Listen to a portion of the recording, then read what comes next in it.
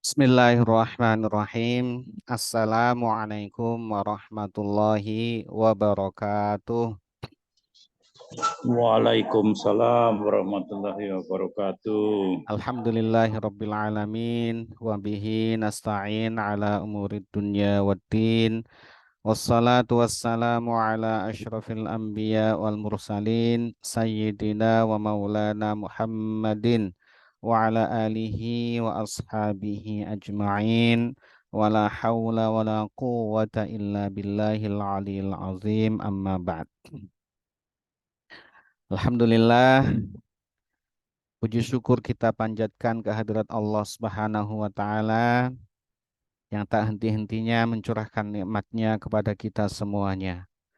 Salawat dan salam semoga terlimpahkan kepada junjungan kita, teladan kita Rasulullah Muhammad Sallallahu Alaihi Wasallam, pada keluarganya, sahabat-sahabatnya, para pengikutnya yang senantiasa mengikuti sunnah-sunnahnya sampai hari kiamat.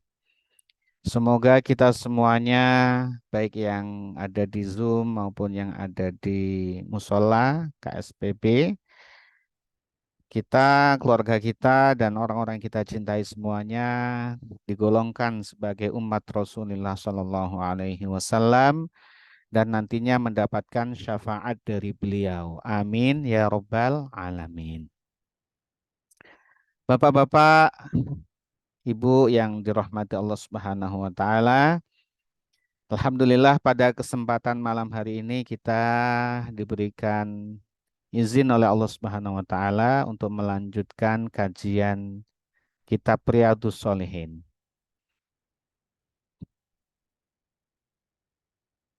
Pada malam hari ini kita akan melanjutkan pembacaan Kitab Riyadhus Shalihin, di mana kita sudah sampai pada hadis yang ke-108.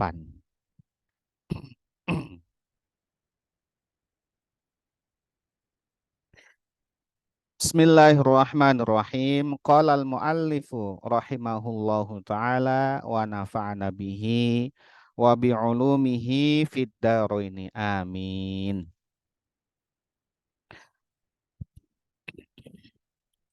Ar-Rabi'a Asyara, hadis yang ke-14 dari bab ke-11, yaitu bab mujahadah, bersungguh-sungguh dalam melakukan amal kebaikan.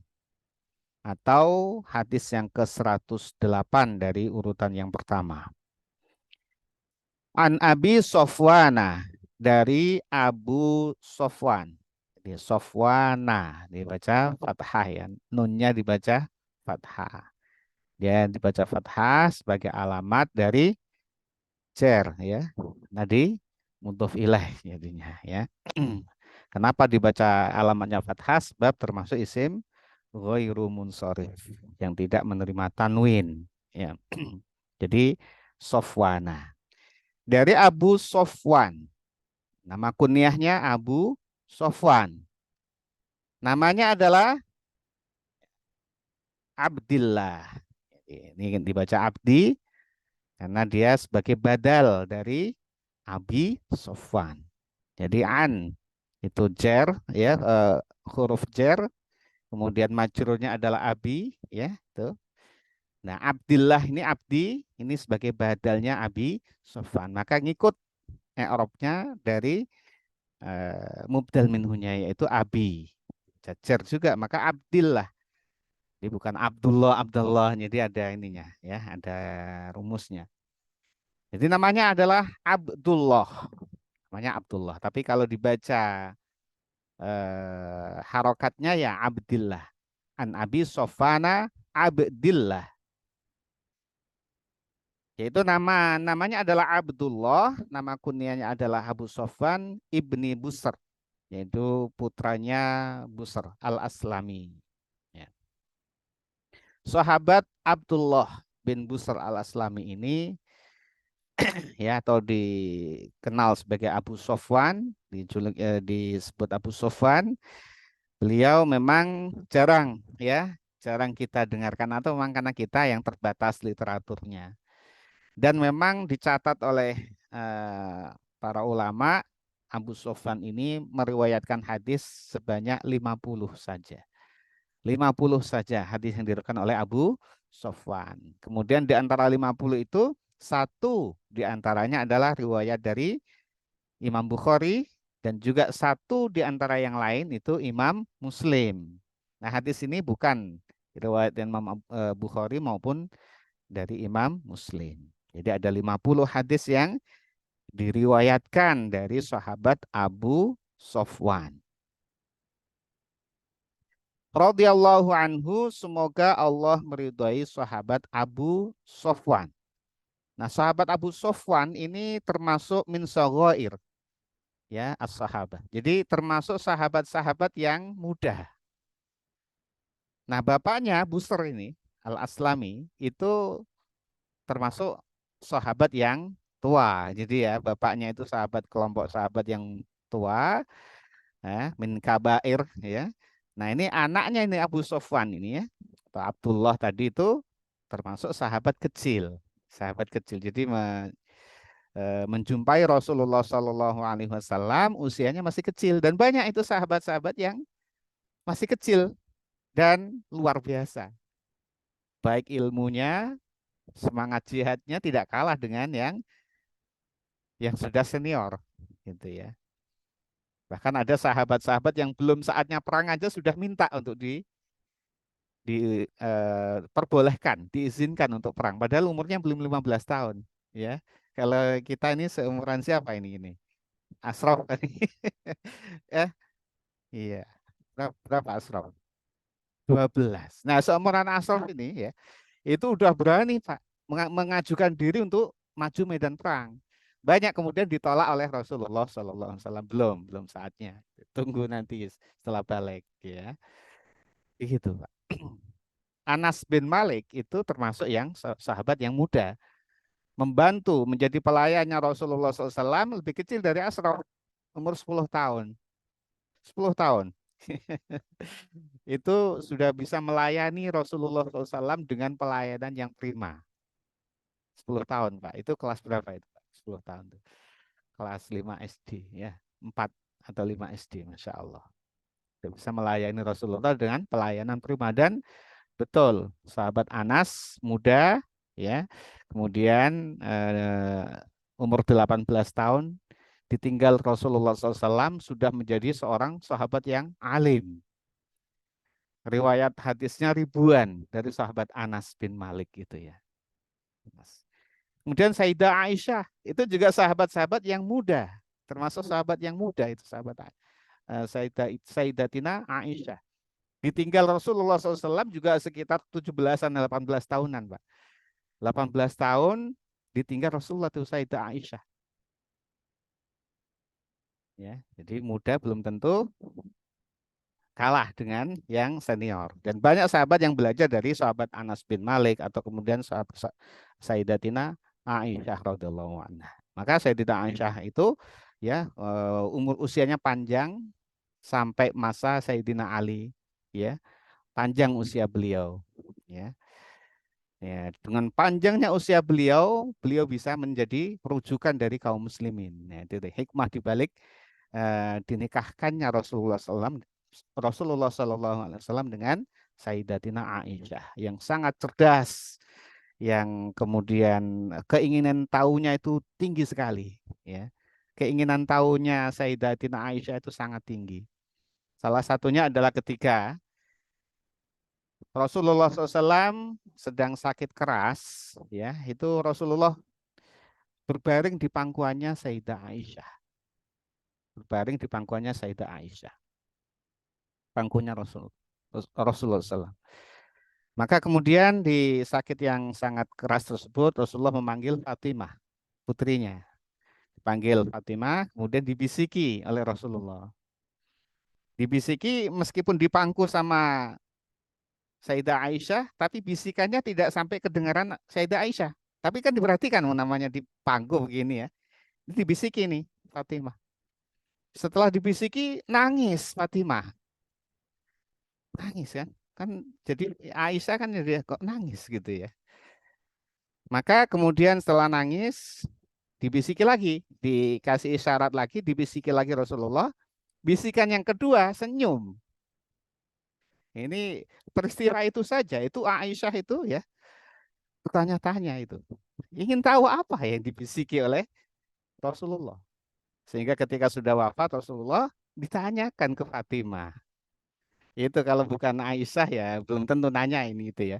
Sehingga terungkap ya, terungkap.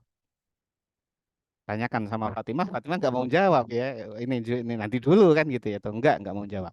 Terus ditanya terus, setiap ketemu ditanya sama Aisyah, akhirnya diungkap. Karena ditanya terus, akhirnya diungkap bahwa ketika bisikan pertama itu Rasul mengatakan bahwa sebentar lagi ya Rasulullah akan menghadap kepada Allah Subhanahu Wa Taala. Artinya wafat.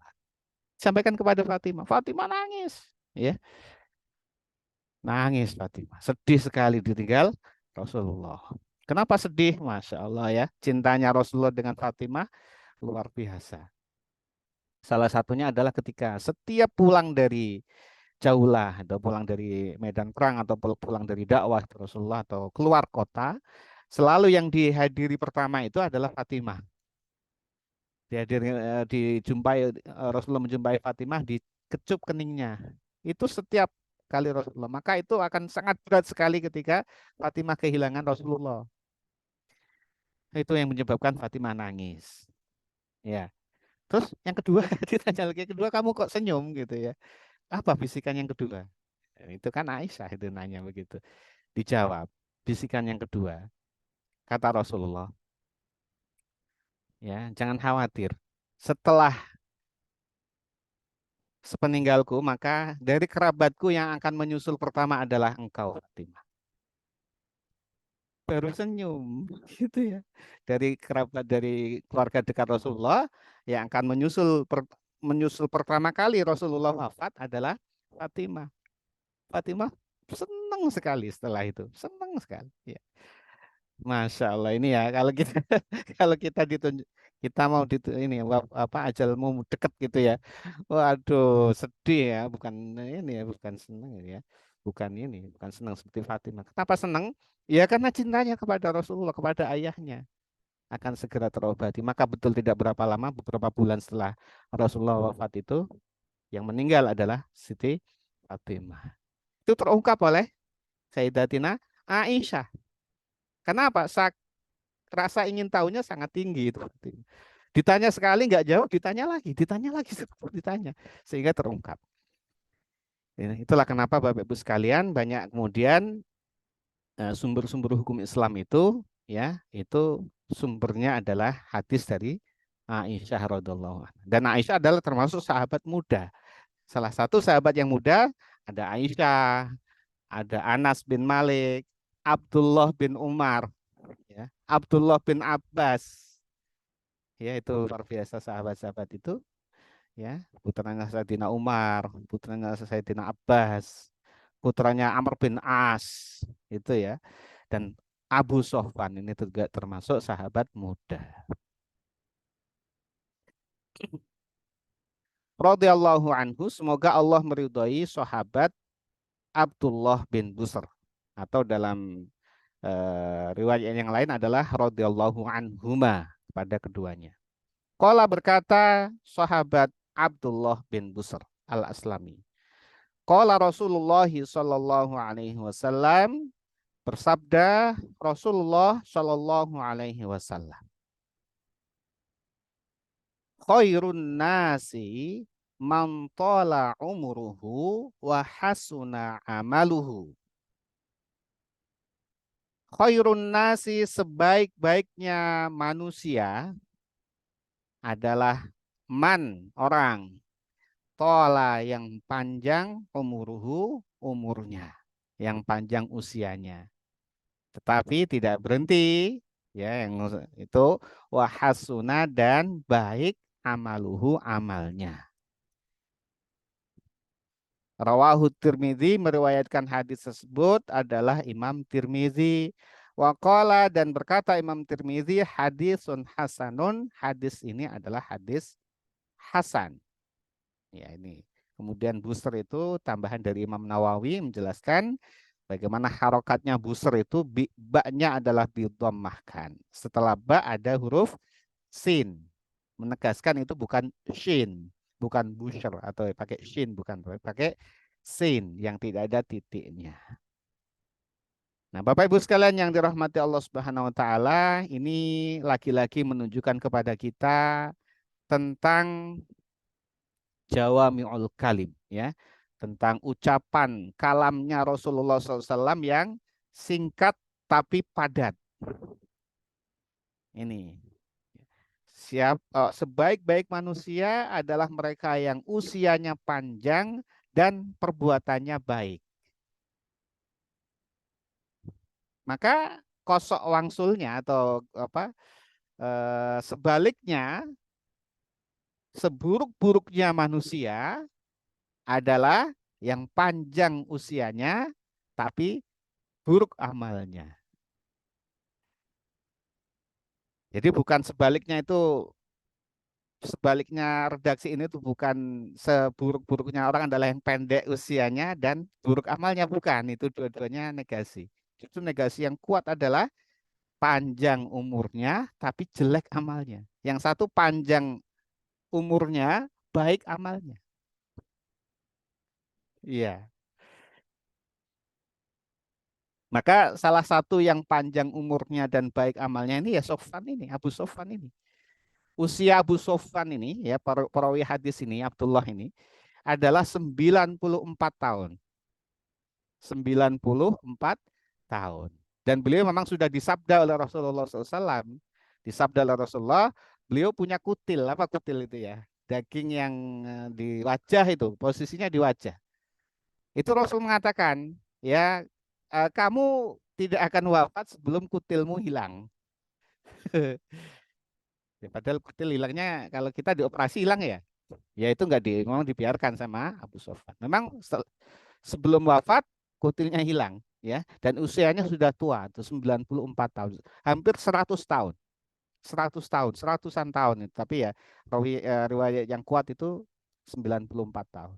Itu usia yang tua. Kenapa dibilang tua? Karena ya sudah melewati ya melewati rentang normal angka harapan hidup ya, kalau kita bicara angka harapan hidup dari umatnya Rasulullah Shallallahu Alaihi Wasallam. Jadi ada angka harapan hidupnya itu. Siapa yang ini yang menyebutkan? Ya Rasulullah SAW. Karena umat Rasulullah sangat paham tentang umatnya. Apa sabda Rasulullah SAW mengenai angka harapan hidup? Jadi angka harapan hidup itu kan rata-rata apa? Rata-rata usia dia hidup sampai usia keberapa dari lahirnya. Ya, kalau Indonesia sekitar 70-an tahun ya. Nah, bisa berubah itu, bisa lebih membaik gitu ya. Nah, ini Rasulullah menyatakan dalam hadisnya bersabda, ya. Ini hadis dari sahabat Abu Hurairah. Riwayat rawinya terakhir adalah Imam Turmudi. A'maru ummati baina sittina ila sab'ina.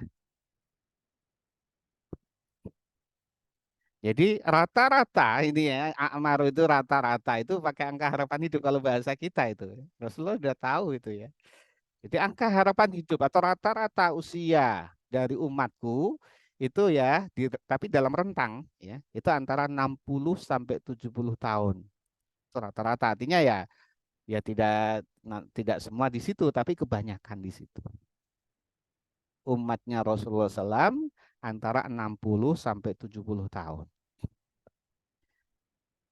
Jadi kalau lebih dari itu tergolong sedikit.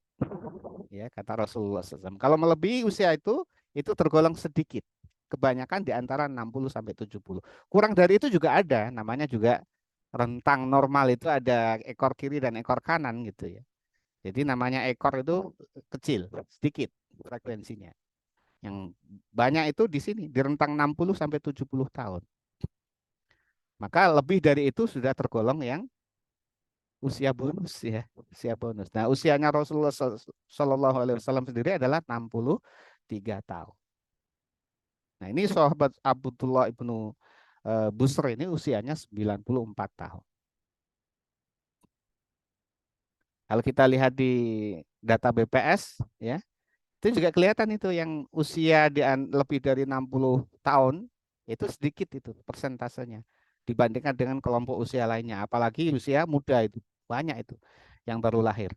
Dan ininya itu ya, pergerakannya juga menarik itu di mana ketika usia muda itu banyak laki-lakinya, kemudian makin menua, itu laki-laki makin mengecil dan kemudian banyak perempuannya di usia tua.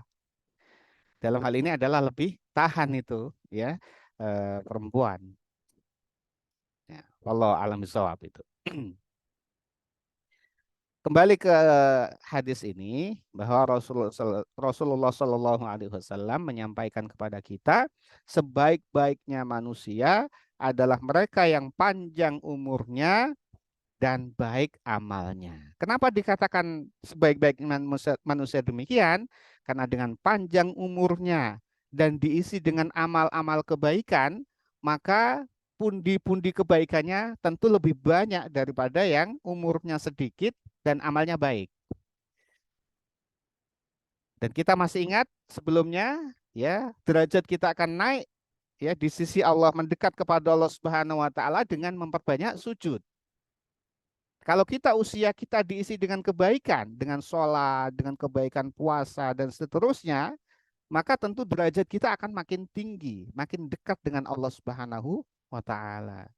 Nah, hasuna amaluh ini memang bukan sekedar amal, bahkan ada hasanah ya. Jadi kita masih ingat tentang ihsan ya. Ihsan adalah engkau menyembah kepada Allah seolah-olah engkau melihat Allah. Jika engkau tidak melihat Allah, maka Allah melihatmu. Ihsan itu. Sehingga melakukan yang terbaik itu ihsan. Melakukan yang terbaik itu ihsan. Dengan profesional kalau kita bekerja itu dengan profesional. Jadi kalau bekerja asal-asalan itu tidak ihsan. Beramal asal-asalan tidak ihsan. Jadi memenuhi syarat rukunnya, memenuhi adab-adabnya, dan berupaya mencapai yang terbaik kualitasnya. Jadi kalau sholat misalkan, ya sholat, dikatakan ihsan, dia perhatikan syarat rukunnya, adab-adabnya, pakaiannya, perhatikan yang terbaik dia pakai. Kalau bisa pakai wangi-wangian, sudah mandi barangkali ya karena berjamaah gitu ya. Kemudian dia usahakan tepat waktu, usahakan berjamaah, usahakan di soft depan, ya. Itu ihsan, melakukan yang terbaik semampunya, tentu semampunya ya, tidak kemudian maka kalau tidak bisa seperti itu berarti amalnya nggak baik, ya nggak bisa begitu. Karena ada orang kadar kemampuannya berbeda-beda. Jadi kemudian tidak bisa mencapai soft depan, nggak jadi deh misalkan gitu ya, karena nggak bisa ihsan, nggak begitu. Jadi melakukan amal semampunya, sekuat tenaganya, mencapai kualitas yang dia mampu capai. Karena kalau kita kualitas terbaik itu Rasulullah. Bagaimana bacaan Fatihahnya Rasulullah itu sempurna. Ya, makhorijul hurufnya, sifat-sifatnya sempurna. Ya, terus kemudian kita mengikuti bacaannya Rasul seperti itu nggak bisa, kemudian mundur gitu ya. Wah, nggak begitu. Semampu kita. Ya. Kalau kita sekarang mampunya membaca Fatihah yang penting makhrajnya benar, sifatnya belum begitu benar, itu mampu kita udah maksimal, kita itu udah ihsan. Jangan kemudian saya hanya bisa Fatihah, Fatihahnya masih banyak salah-salahnya. Kemudian kita tidak melakukannya. Dilakukan dengan semampunya. Bahkan ketika orang mu'alaf masuk Islam, baru masuk Islam, ya dia belum bisa baca Fatihah, belum hafal. Jangan dipaksakan hafal dulu. Kamu hafal dulu Fatihah. Kenapa? Sholat harus baca Fatihah. Sebelum hafal Fatihah, nggak boleh masuk Islam. Misalkan begitu. Karena berat nanti kamu masuk Islam. Kok berat? Kenapa? Nanti masuk Islam wajib sholat. Sholat itu bacaannya wajib bisa Fatihah. Udah hafal Fatihah belum? Belum. Hafalin dulu. Berapa lama? Ya sehafalnya. Ngapalin Fatihah dia. Nggak hafal-hafal. Mati dulu. Masya Allah ya. Kita nggak tahu matinya kapan. Dia mati belum Islam. Siapa yang nanggung ininya? Kita, Bapak sekali. Kita nggak tahu, kita jangan tahan-tahan orang mau masuk Islam. Ya, sehingga diberat-beratin akhirnya, oh, wah, sulit ya masuk Islam, nggak jadi deh. Nggak jadi deh, harus gini, nggak jadi deh. Baca belum bisa kok sudah dibebani seperti itu. Ya, masuk Islam dulu. Sekarang kamu bisa apa? Mari kita sholat wajib. Sholat. Bisanya belum bisa, belum hafal Fatihah. Hafalnya apa? Hafalnya baru Allahu Akbar. Ya Allahu Akbar itu bacaannya. Itu semampu dia. Sholat dengan Allahu Akbar. Allahu Akbar. Karena dia memang baru masuk Islam. Atau dia baru belajar Islam. Sah. Karena mampunya seperti itu. Sambil terus di upgrade, sambil terus belajar. Sholat duhur belum bisa baca Fatihah. Jangan sholat dulu. Enggak begitu. Enggak begitu. Sholat duhur dulu. Setelah itu belajar, ayo belajar. Baca mulai aba, ta, sa. Baru mulai, baru masuk Islam. Mati dia, maka sudah terhapus semua dosa-dosanya. Masuk surga Bapak Ibu sekalian. Bahkan ada kisah dalam hadis, itu orang taubat, belum sempat sholat. Belum sempat sholat dia, taubat. Menuju kepada daerah yang diarahkan supaya dia taubat nantinya. Kemudian dia meninggal, belum sempat sholat, belum sempat apa-apa. Masuk surga. Ya, jadi eh, maka bertakwa kepada Allah Subhanahu wa taala adalah semampunya. Fattaqullaha mastata'tum. Mastata'tum itu bukan sebisanya, tapi semampunya, semampu kemampuan kita. Jadi kalau kita mampu untuk sholat tepat waktu, ya, kemudian kita tidak tepat waktu, berarti belum ihsan. Gitu. Kita mampu membaca Fatihah dengan fasih, tapi kita nggak mau belajar, belum ihsan. Ya, terus berupaya untuk memperbaiki. Maka dari itu Bapak Ibu sekalian, yang paling baik manusia adalah yang panjang usianya dan baik amalnya. Dan di sini juga memberikan pelajaran kepada kita bahwa umur itu atau kesempatan untuk panjang usia itu adalah modal dari Allah Subhanahu wa taala, kesempatan yang diberikan oleh Allah Subhanahu wa taala untuk kita menambah pundi-pundi kebaikan kita. Di sini pelajaran yang bisa kita petik adalah jangan sia-siakan umur yang diberikan Allah Subhanahu wa taala kepada kita untuk dilakukan pada hal-hal yang maksiat, ya, naudzubillah min dzalik, atau hal-hal yang tidak ada manfaatnya.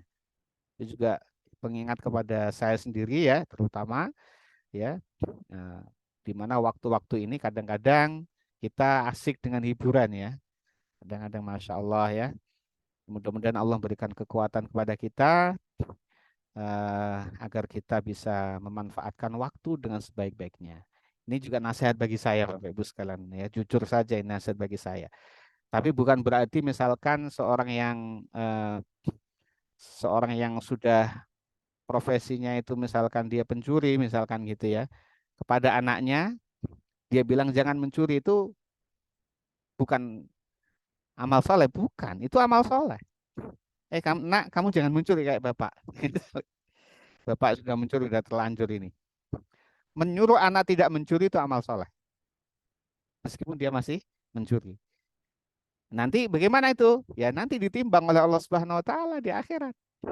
Antara amal soleh kita dan amal buruk kita, itu bagian dari golongan amal soleh, menyuruh anak untuk tidak mencuri meskipun dia masih mencuri. Ya dosanya ada dia mencuri, tapi dia menyuruh anaknya tidak mencuri itu kebaikan. Demikian pula eh, ya, yang tidak baik adalah kemudian dia meninggalkan sama sekali. Dia meninggalkan sama sama sekali. Menyuruh sholat tapi dia nggak mau sholat. Meninggalkan sama sekali itu yang dikatakan di dalam surat As-Saff itu, ya. Bagaimana itu?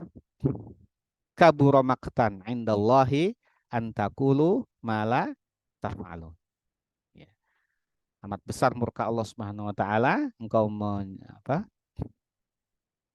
mengatakan apa yang tidak kau kerjakan. Ya, tapi tadi menyuruh anaknya tidak mencuri itu kebaikan. Jangan tidak dilakukan justru itu. Ya, nanti ditimbang oleh Allah Subhanahu Wa Taala mana yang lebih baik amalnya. Jadi ini nasihat juga bagi saya. Ya, kadang-kadang kita nonton itu Pak ya TikTok itu ya. Di situ ada Gus Bah misalnya. Tahu-tahu selesai bongkar lagi ada tenis meja itu ngeliatin tuh Pak ya. Asik itu. Buka lagi ada main catur itu ya. Asik itu langkah-langkahnya kadang-kadang itu ya kita tidak tergerus oleh hiburan-hiburan seperti itu.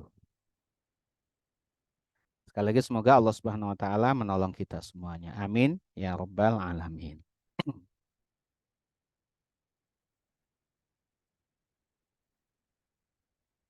Masih ada waktu, Pak?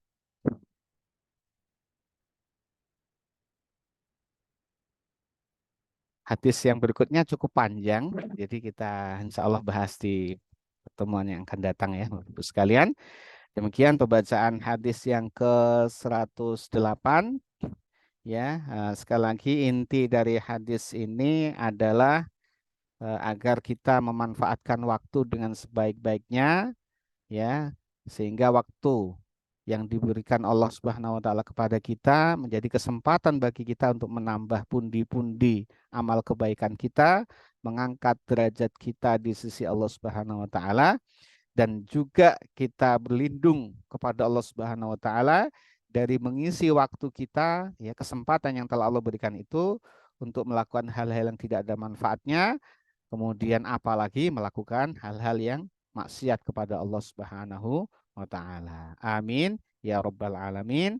Mari sama-sama kita tutup kajian kita dengan membaca doa kafaratul majelis. Bismillahirrahmanirrahim. Bismillahirrahmanirrahim. Subhanakallahumma wa bihamdika asyhadu an la ilaha illa anta astaghfiruka wa atubu ilaik. Wassalamualaikum warahmatullahi wabarakatuh. Waalaikumsalam. Waalaikumsalam warahmatullahi wabarakatuh. Terima kasih Ustadz. Selamat malam teman-teman semuanya.